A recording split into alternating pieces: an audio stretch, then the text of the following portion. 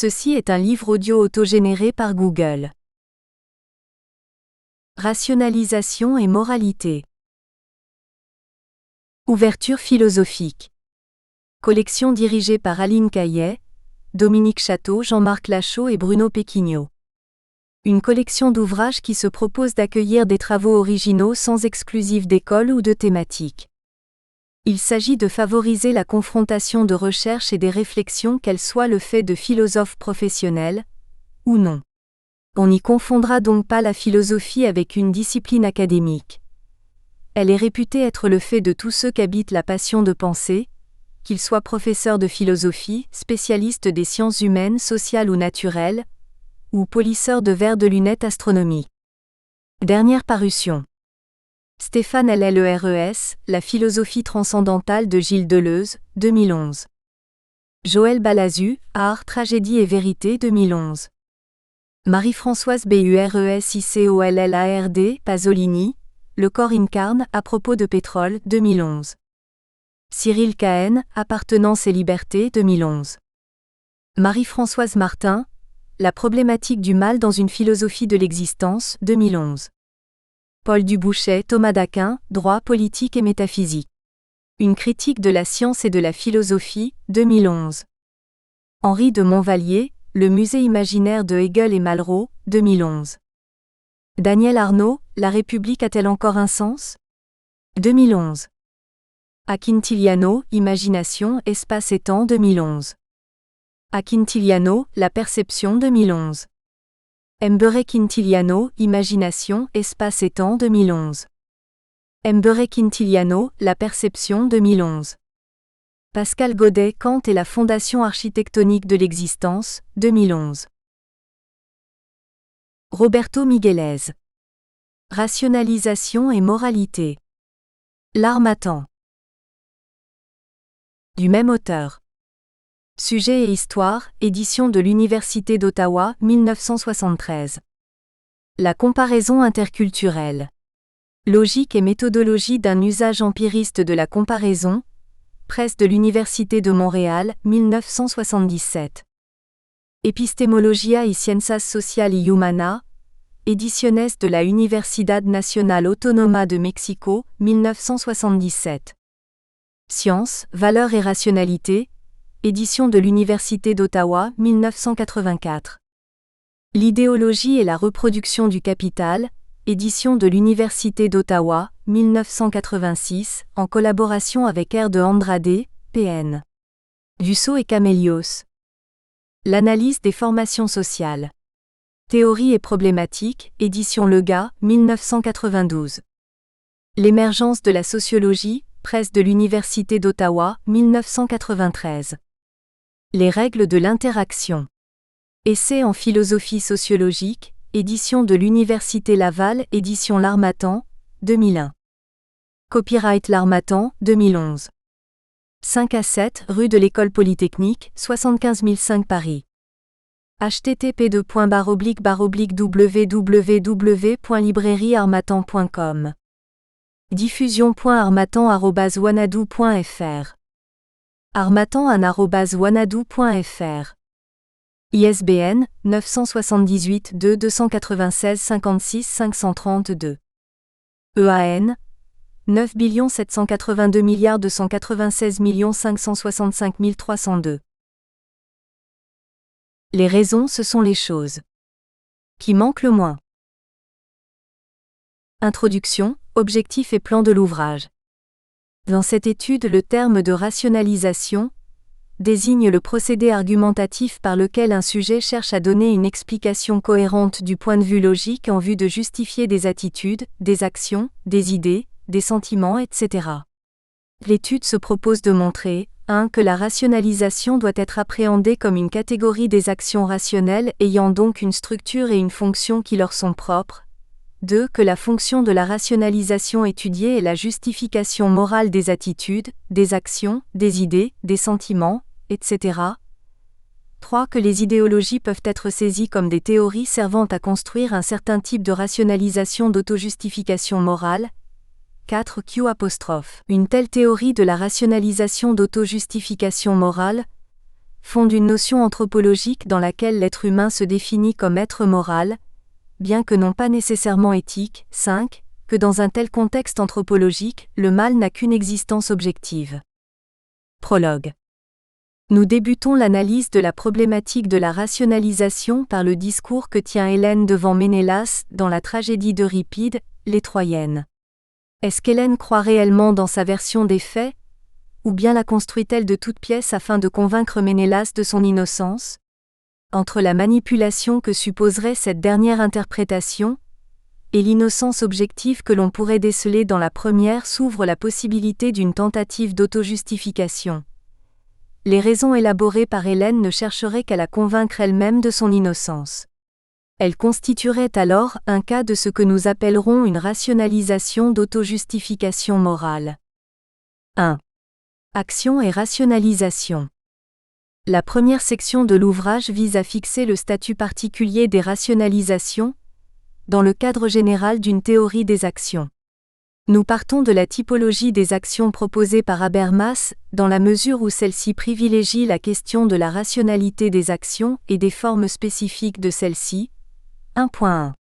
Or, étant donné que la typologie habermasienne ne thématise pas des actions rationalisatrices, nous examinons celle proposée par Krakel qui, parce qu'elle s'ouvre à la complexité des situations naturelles, peut offrir un point de départ pour l'examen des phénomènes de rationalisation, si fréquents dans la vie quotidienne. La typologie de Krakel nous conduit en ligne droite à ces actions orientées vers la personne que sont les actions dramaturgiques et expressives. 1.2.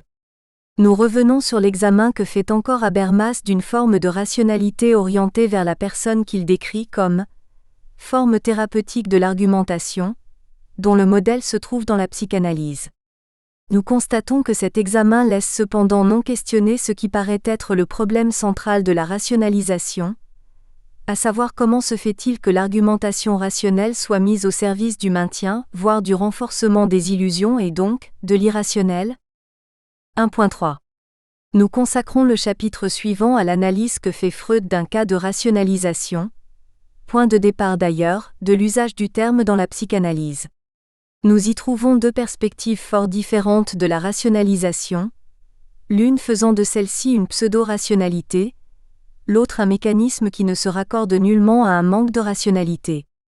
1.4. C'est avec cette dernière perspective que nous envisageons le phénomène des actions rationalisatrices qui, dès lors, vont bien au-delà des cadres pathologiques. Après un chapitre de récapitulation et commentaires, 1.5, nous abordons la deuxième source de sens du concept de rationalisation. 2. Dissonance et rationalisation. Cette deuxième source est celle des recherches en psychologie cognitive inspirées notamment par Festinger et sa théorie de la dissonance. La prémisse qui préside à ces recherches renverse l'ordre que traditionnellement enchaînent les actions et les raisons. Au lieu de voir les raisons précédant les actions, celles-ci sont appréhendées à l'origine de celles-là. Dans ce cadre, l'inconfort que provoque une situation de dissonance cognitive conduirait l'individu à construire des raisons lui permettant d'éliminer ou tout au moins de réduire cet inconfort. 1.6.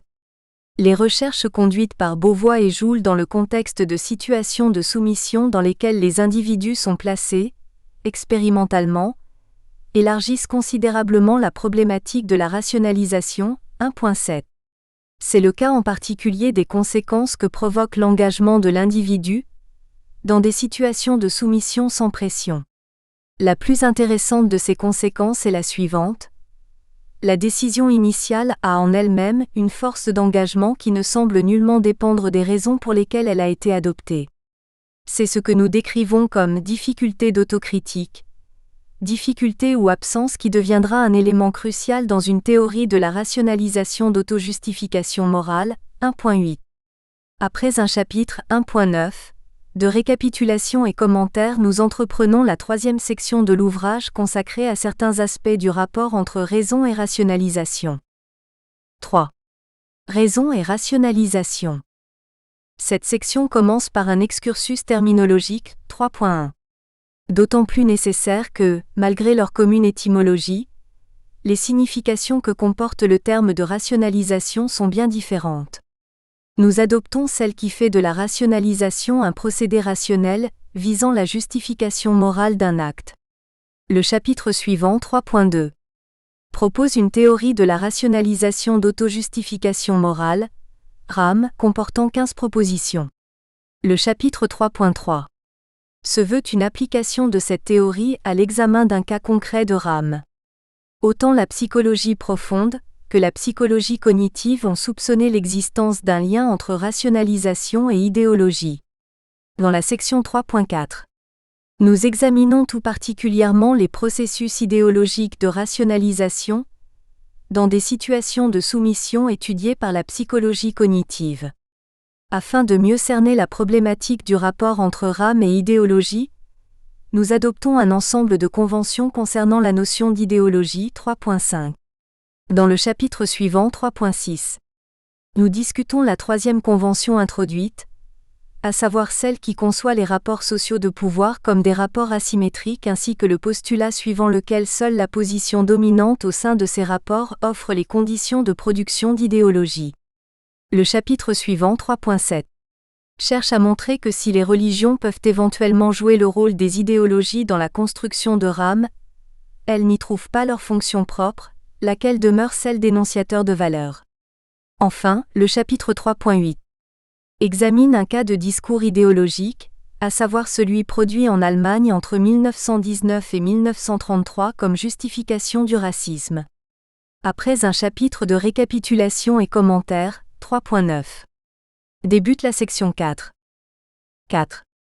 Rationalisation et moralité. Dans le premier chapitre de cette section, 4.1, nous examinons le phénomène crucial de la clôture des RAM, c'est-à-dire de leur fermeture à la réfutation et à l'autocritique. Le chapitre suivant 4.2 avance la thèse suivant laquelle la fréquence et l'extension des RAM permettent de saisir l'être humain comme un être moral, pour autant que l'on définit la moralité comme champ problématique à distinguer de l'éthique comme domaine des valeurs. La digression 4.2.1 examine la tragédie de Lady Macbeth. Lorsque le conflit moral ne trouve pas son dépassement dans une rationalisation, c'est la perte de la raison qui atteint le sujet. Le chapitre 4.3 s'attache à cette forme particulière et extrême de conséquences sur autrui, que nous qualifions comme le mal. La théorie des RAM conduit à appréhender le mal comme phénomène purement objectif, et non pas subjectif. La digression qui suit 4.3.1 cherche à illustrer cette proposition avec une analyse du procès d'Eichmann à partir de celle d'Hannah Arendt. Après une récapitulation et commentaires, 4.4. L'ouvrage débouche sur une dernière section 5. 5. Retour sur les actions rationnelles. Cette section examine quelques conséquences majeures de la théorie des RAM sur celle des actions rationnelles. Prologue, le discours d'Hélène 1. On connaît le mythe. Arrivé à Sparte, Paris est reçu par Ménélas. Profitant d'un bref voyage du roi spartiate en Crète, il séduit et enlève Hélène, sa femme. Selon les auteurs, Hélène est enlevée de bon gré ou non. Pour venger cet affront, Ménélas demande l'appui de tous les Grecs au nom du serment de Tyndare, ce qui provoque la guerre de Troie. Troie sera vaincue et détruite. Euripide s'en inspirera et écrira la tragédie connue sous le titre « Les Troyennes ». Deux moments marquent cette tragédie. Le premier, c'est la mise à mort de l'enfant d'Hector au nom de la raison d'État. Il pourrait un jour venger la mort de son père et la défaite de Troie. Le deuxième moment est la rencontre entre Ménélas et Hélène avant la destruction totale de la ville. Ménélas l'a condamné à la mort, mais Hélène lui demande de pouvoir se défendre. Ménélas accepte d'écouter les arguments d'Hélène contre l'opinion d'Hécube, la reine déchue de Troie. Voici l'essentiel des arguments d'Hélène. He accent aigu le accent aigu ne, va se placer devant Ménélas, ne te détourne pas. Regarde-moi, aie le courage de regarder ta victime. Sais-tu que ce serait un crime de me tuer? Tu crois que je suis ton ennemi? Non, toi tu es le mien. Moi hélas je suis bien loin de te haïr, si tu savais. Attends, il faut que je mette mes idées en ordre, je devine les accusations qu'on a portées contre moi, et je veux y répondre point par point. Toi que mes raisons te paraissent bonnes ou mauvaises, sois un homme, écoute et réponds. Un temps. Tu veux une coupable? Eh bien prends la vieille d'eux, la cause première de ce gâchis c'est elle, Paris est sorti de son ventre. Les dieux avaient prévu que ce ruffian serait fauteur de guerre, et de quelle guerre ils lui ont commandé de le tuer. L'a-t-elle fait? Non. Ni elle ni son complice le roi Priam III.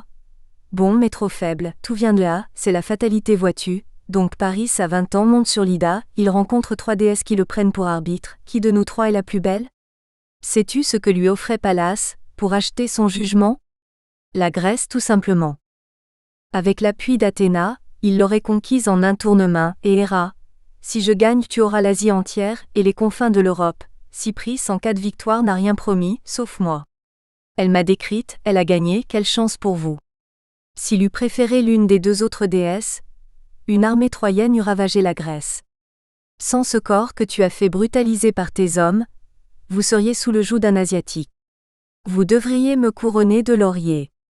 Grâce à moi, Troie ne vous gênera plus, et la route d'Asie vous est ouverte. Mais votre bonheur a fait mon malheur. Dans cette affaire, la victime c'est moi. Cypris m'a maquignonné. Ô beauté, beauté ma gloire. Tu es devenue ma honte. Ménélas. Pourquoi es-tu partie, femme indigne? Hélène. Mais c'est toi qui es partie, mon chéri. Ô le plus inconscient des maris. Tu as quitté Sparte pour la Crète, et tu m'as laissé en tête-à-tête, avec ton hôte ce maudit. Ménélas. Tout de même, tu pouvais résister. Hélène. Moi, simple mortel, résister à la déesse Aphrodite. En serais-tu capable, toi? Tiens, peux-tu la punir de ce qu'elle m'a fait? Tu serais plus fort que le roi des dieux? Car Zeus est son esclave comme tout le monde, pourquoi je suis parti? C'est une question que je me suis souvent posée. Et la réponse est toujours la même. Je ne sais pas, c'est une autre qui s'est enfuie, c'était moi et ce n'était pas moi. Aphrodite était cachée dans ton palais, invisible derrière Paris, elle m'a tout simplement emporté. Mais écoute, tant que Paris a vécu, Cypris m'enchaînait à lui, impossible de rompre ses liens odieux et sacrés. Mais à peine est-il mort, j'ai tout fait pour te rejoindre. La nuit je montais sur les remparts, et j'attachais des cordes aux créneaux. Je voulais me laisser glisser jusqu'à terre, et courir jusqu'au temple grec, jusqu'à toi, les sentinelles en témoigneront car hélas, on m'a toujours reprise. C'est qu'un autre homme veillait, encore un fils de la vieille, Diphobe m'avait enlevé de force et me gardait prisonnière contre ma volonté, contre la vôtre, contre celle des Troyens. Voilà ma triste histoire, je suis la proie du destin. Enlevée, mariée de force à un homme détesté, retenue contre mon gré dans une ville étrangère, j'ai sauvé ma patrie au prix de mon honneur, et l'on m'y attend pour me lapider. Haï des Grecs, détesté des Troyens, je suis seul au monde, personne ne me comprend. Dans la suite, Écube essaie de montrer, un à un, le manque de plausibilité des arguments d'Hélène. Ménélas semble l'accepter, mais on voit bien qu'Hélène a réussi sinon à convaincre au moins à créer le doute chez Ménélas. C'est qu'Écube paraît avoir bien compris. Écube. Même quand il croit son cœur mort, il n'est pas d'amant qui n'aime encore, il n'est pas d'amant qui n'aime toujours 4. Posons-nous la question suivante. De quel genre de récit s'agit-il lorsqu'Hélène compose sa défense? Qui renvoie à cette autre question. De quel genre d'action s'agit-il lorsqu'Hélène compose ce récit? Notons que cette dernière question ne trouve pas sa réponse dans la première. Nous savons qu'Hélène cherche à se défendre, mais nous voulons plutôt savoir comment elle cherche à se défendre, plus précisément ce que la forme du récit qu'elle compose nous permet de saisir de sa défense, de son rapport à son accusateur Ménélas autant qu'à son rapport à elle-même devant ses accusations. Examinons les arguments d'Hélène. Remarquons d'emblée qu'il s'agit donc d'un récit qui se veut structuré par des raisons. On dirait qu'Hélène cherche à convaincre Ménélas et non pas à l'amadouer, bien que sur la fin de son récit, et en quelque sorte en supplément expressif, elle s'inclinera devant Ménélas et se prendra à ses genoux, ce qui était un signe de soumission chez les Grecs. De quel genre de raison s'agit-il?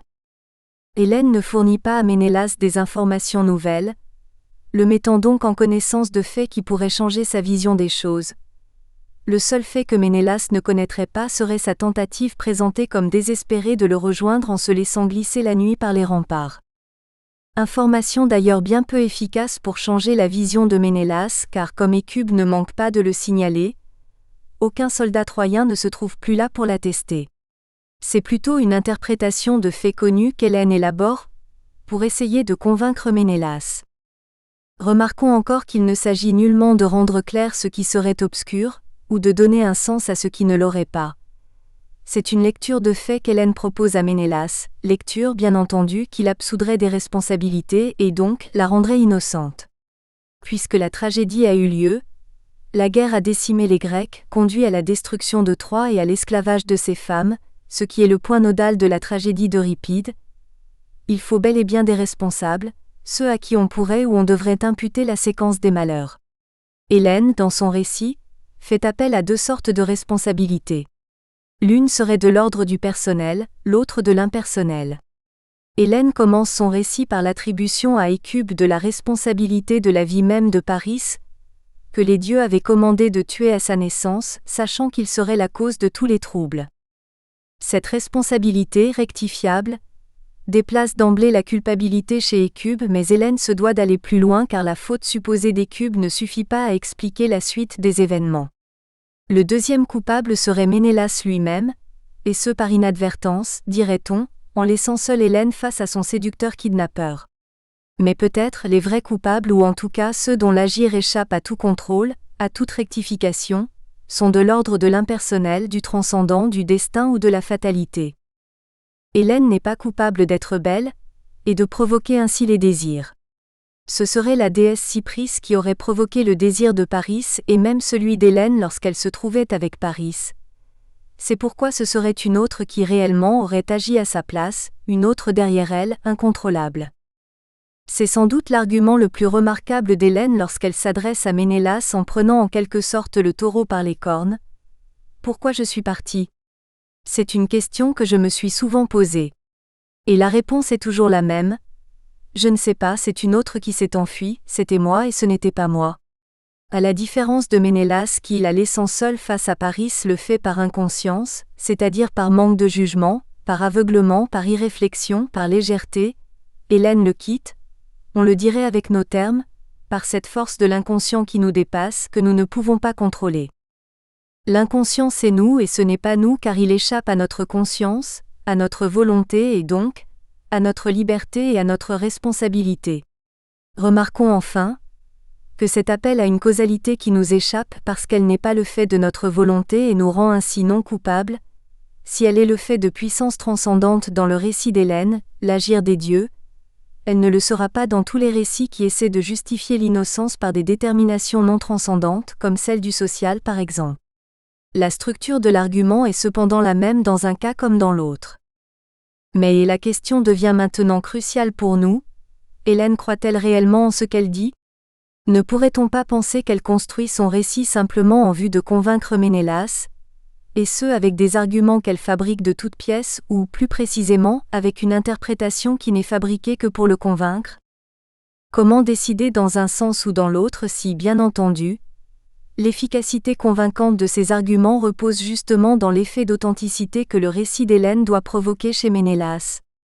Puisqu'Hélène se doit de cacher ses intentions si celle-ci ne cherche qu'à convaincre Ménélas en subordonnant les arguments à la seule finalité d'obtenir son pardon, pourrait-on trouver dans son récit, voire dans son attitude, des indices qui nous permettraient de décider cette question ? Le fait que pour certains auteurs Hélène se fait enlever de bon gré tandis que pour d'autres elle est enlevée contre son gré, montre bien que de tels indices ne semblent pas se trouver dans son récit ou dans son attitude. Ce qui, bien entendu, donne au metteur en scène de l'œuvre d'Euripide deux possibilités. Nous avons vu au Théâtre national populaire de Paris la mise en scène pour laquelle Sartre a écrit son adaptation. Si nos souvenirs sont bons, dans cette mise en scène Hélène croit en ce qu'elle dit ou plutôt rien ne nous permet de penser qu'elle ne croit pas en ce qu'elle dit. Nous avons vu au Festival de théâtre de Stratford, en août 2008, une mise en scène dans laquelle Hélène manipule Ménélas, y compris avec des gestes de séduction.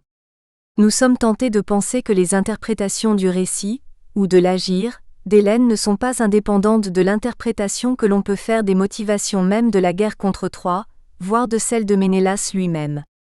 En effet, l'adaptation de Sartre faite immédiatement après la guerre d'Algérie et au début de la guerre en Indochine cherche surtout à montrer les conséquences d'une guerre colonialiste. La destruction de Troie par les Grecs ne trouverait nullement son origine dans l'enlèvement d'Hélène par Paris, celui-ci n'étant qu'un prétexte. Elle ne serait que le résultat d'une politique colonialiste, voire impérialiste. 5. Dans une telle interprétation, ce serait Hélène qui aurait été manipulée, la rendant coupable même à elle-même. Ne pourrait-on pas penser alors que les arguments d'Hélène ne cherchent pas seulement à convaincre Ménélas de son innocence, mais aussi à se convaincre elle-même qu'elle est innocente? Dans ce cas, les arguments qu'elle élabore, les raisons qu'elle cherche ne pointent pas tellement vers la vérité, elles ne sont pas non plus subordonnées à une finalité qui pointe vers l'autre.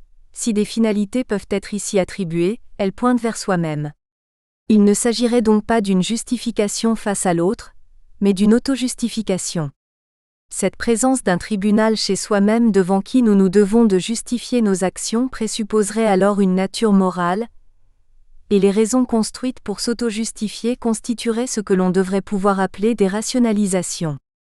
C'est à l'analyse de ce comportement rationalisateur que nous consacrerons cet ouvrage.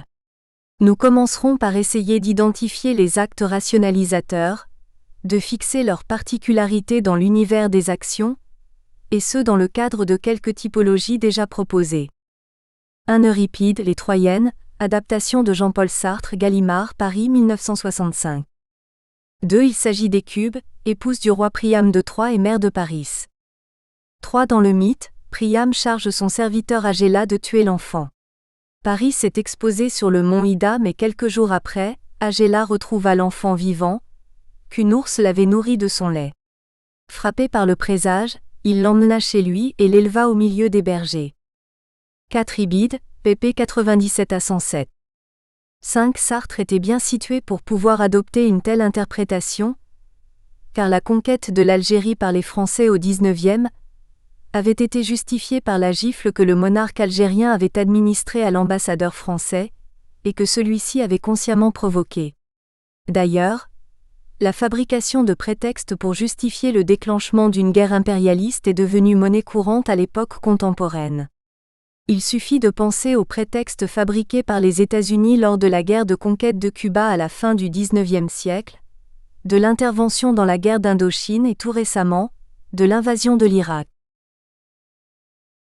1. Action et rationalisation. 1.1. La typologie habermasienne des actions et la rationalité. Dans son ouvrage Théorie de l'agir communicationnel, Habermas élabore une typologie des actions qui, entre autres choses, est censée permettre 1. D'ordonner la multiplicité des actions humaines en les ramenant à quelques types fondamentaux, 2. De saisir la forme propre de rationalité des actions dites communicationnelles. Je reprendrai rapidement l'essentiel de cette typologie. Habermas distingue 4 concepts fondamentaux de l'agir, à savoir 1. L'agir téléologique, 2. L'agir régulé par des normes, 3. L'agir dramaturgique, et 4. L'agir communicationnel. 6. Dans l'agir téléologique, l'acteur réalise un but ou provoque l'apparition d'un état souhaité en choisissant et utilisant de façon appropriée les moyens qui, dans une situation donnée, paraissent lui assurer le succès. Lorsque l'acteur fait intervenir dans son calcul de conséquences l'attente de décision d'au moins un autre acteur qui agit aussi en vue d'atteindre un but, une telle forme d'agir devient stratégique. L'agir régulé par des normes concerne les membres d'un groupe social, qui orientent leur action selon des valeurs communes. Habermas suppose que les normes expriment un accord existant dans un groupe social. Bien qu'une telle supposition soit discutable, l'essentiel de ce type d'action est l'obéissance à une norme, décidée d'un commun accord ou imposée, et dans la mesure où la norme est censée réguler des comportements à l'intérieur d'un groupe social déterminé, l'attente des comportements qu'elle provoque ou justifie.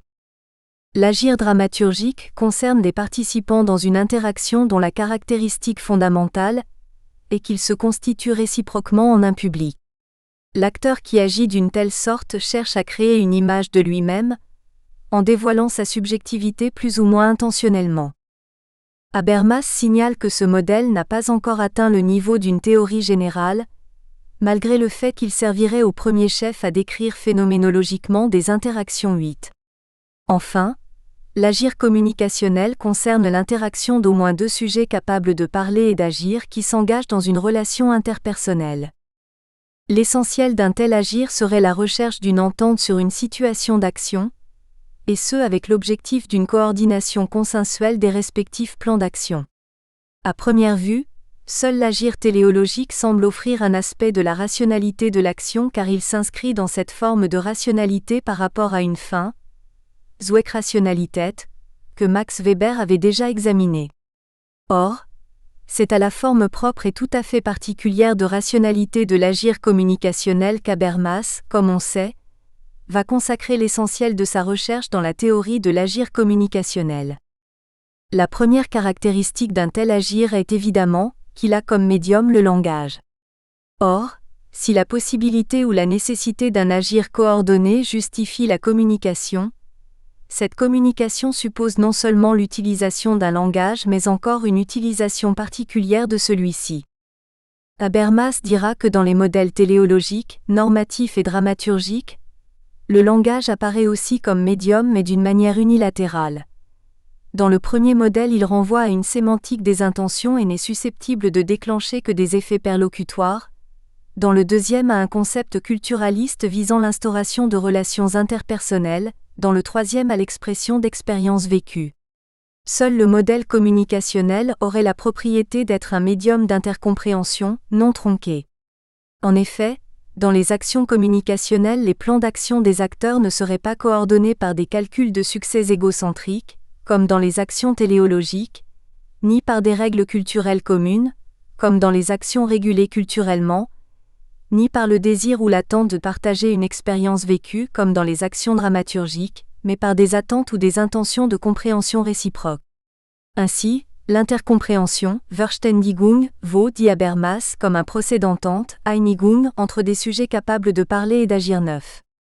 Afin de mieux saisir ce type d'actions, Habermas s'arrête tout particulièrement sur ce qui fait la différence entre l'orientation vers le succès et l'orientation vers l'intercompréhension, entre l'instrumentalisation du langage et le langage non instrumental, entre la perlocution et l'illocution. Lorsqu'un acteur se sert du langage comme un moyen de manipulation pour amener l'autre au comportement souhaité, le langage devient un instrument et les actes qu'il produit sont dits perlocutoires, et sont alors à distinguer des actes illocutoires dont l'objectif, comme on l'a vu, est dire quelque chose et non pas produire quelque chose en disant quelque chose. En résumé, si dans les actions téléologiques et stratégiques l'activité communicationnelle suppose un usage instrumental, perlocutoire, du langage, dans les actions communicationnelles au sens strict, les participants poursuivent sans restriction des objectifs illocutionnaires afin d'obtenir un accord offrant le fondement d'une coordination consensuelle des plans d'action poursuivis individuellement 10. Enfin, Habermas ne manque pas d'examiner d'autres typologies ou classifications des actes de langage telles que celles d'Austin, Searle, Wunderlich, Campbell et Krakel 11. Habermas reconnaît que l'intérêt des typologies et des classifications proposées par des sociolinguistes se trouve dans le fait qu'elles placent les actions communicationnelles dans des contextes sociaux et historiques.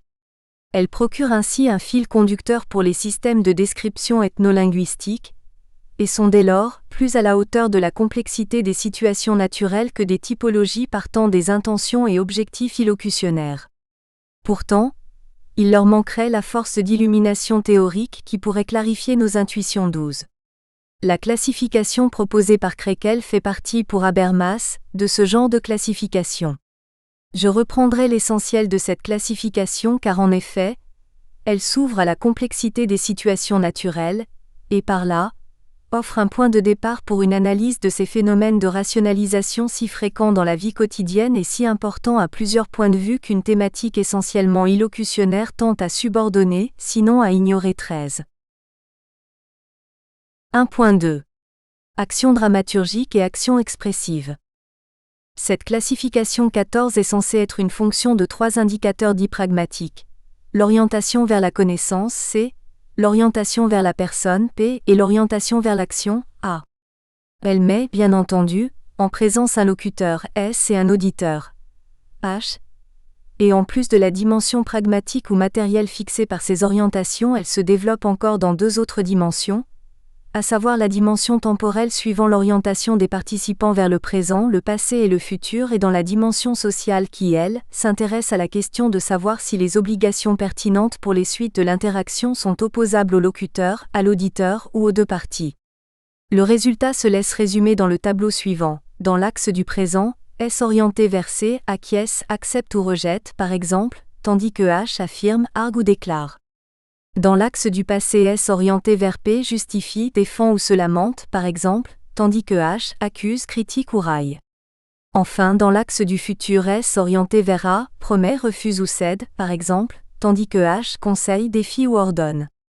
Si le modèle habermasien des actions communicationnelles se rapproche de celui des actions orientées vers la connaissance, C, et celui des actions téléologiques de celui des actions orientées vers l'action, A, le modèle des actions dramaturgiques semble bel et bien se rapprocher de celui des actions orientées vers la personne, P. Dans ce cas, en effet, on pourrait dire que S, le locuteur, en faisant allusion à sa personne ou à ses actions passées, se présente devant un auditeur, H, lequel constitue pour lui un public pour qui il cherche à créer une image de lui-même en dévoilant sa subjectivité plus ou moins intentionnellement, ce qui correspond, on l'a vu, au modèle dramaturgique. Il peut donc se justifier, se défendre, se lamenter, ou ce qui revient au même, justifier ou défendre ses actions, voire se lamenter des actions entreprises ou subies, etc. L'auditeur H, pour sa part, peut accuser, critiquer, voire railler le locuteur S, ou ce qui revient au même, critiquer les actions du locuteur, l'accuser ou le railler pour ses actions. Mais arrêtons-nous un peu plus à ce modèle des actions dramaturgiques. En fait, il s'agit d'un modèle que l'on trouve chez Habermas bien moins élaboré que les autres, en particulier, et on le comprend, que celui des actions communicationnelles mais aussi des actions téléologiques. 15. Une première remarque pourrait porter sur des caractéristiques qui semblent partager autant les actions dramaturgiques que les actions expressives. En effet, dans un cas comme dans l'autre, acteurs ou locuteurs, lorsqu'ils se présentent devant un auditeur, un public, le font à partir de leur subjectivité. Habermas signale cet aspect de la manière suivante. En donnant dans l'agir dramaturgique un aperçu de lui-même, l'acteur se rapporte nécessairement à son monde subjectif propre. 16. Certes, lorsqu'Habermas se réfère aux actions expressives, il commence par discuter plutôt les expressions expressives, autrement dit le résultat objectif, déjà indépendant de l'acteur, de ses actions. C'est pourquoi il peut immédiatement rapprocher ces expressions de celles dites évaluatives, qui de leur côté se trouvent proches des actions régulées par des normes sociales. La conséquence qu'il retire de ce voisinage est que, dans un cas comme dans l'autre, la forme de l'argumentation trouve leur prototype dans la critique esthétique. Dans un cas comme dans l'autre, en effet, cette argumentation thématise la convenance, angemessenheit, des valeurs standards, des expressions en général de notre langage évaluatif. Et Habermas ajoute: la fonction propre des raisons produites dans ce contexte est de rendre compte d'une œuvre ou d'une présentation de telle manière qu'elle puisse être perçue comme l'authentique expression d'une expérience exemplaire, en un mot comme l'incarnation d'une prétention à l'authenticité. 17. En résumé, autant le comportement social d'un acteur que l'œuvre qu'un acteur produit sont susceptibles d'une forme d'évaluation dont le prototype est, pour Habermas, la critique esthétique. S'il est vrai, comme le dit Shakespeare et comme l'examine Goffman, que nous nous comportons dans le monde comme sur une scène théâtrale. 18, alors notre comportement est susceptible du même type d'évaluation que celle que nous faisons lors d'une véritable représentation théâtrale. Action dramaturgique et action expressive se rejoignent ici dans la forme de l'argumentation. Mais Habermas ne manque pas de référer immédiatement à un autre type d'argumentation qui porte sur des comportements ou des actions, ou des manifestations expressives pour lequel la question de l'authenticité se pose encore, bien que d'une toute autre manière. Il s'agit des arguments du psychothérapeute face aux manifestations expressives de l'acteur lors de la rencontre psychanalytique. Nous touchons ici à une problématique centrale dans notre examen. Dans la théorie de l'agir communicationnel, Habermas traite cette problématique de la manière suivante. D'abord, il distingue deux cas. Le premier est celui des situations dans lesquelles l'acteur masque à d'autres ce qu'il éprouve, ou illusionne l'autre sur sa véritable expérience. Ce cas ramène l'interaction au modèle des interactions stratégiques. L'utilisation qui est alors faite du langage par le locuteur relève à son tour des effets perlocutoires et, comme dans le modèle instrumental perlocutoire, l'acteur-locuteur agit volontairement, consciemment, en vue des résultats qu'il cherche. Le deuxième cas est celui d'un acteur qui s'illusionne. Nous espérons que vous avez apprécié cet aperçu. Pour continuer à écouter ce livre audio sur Google Play Livres, utilisez le lien dans la description de la vidéo.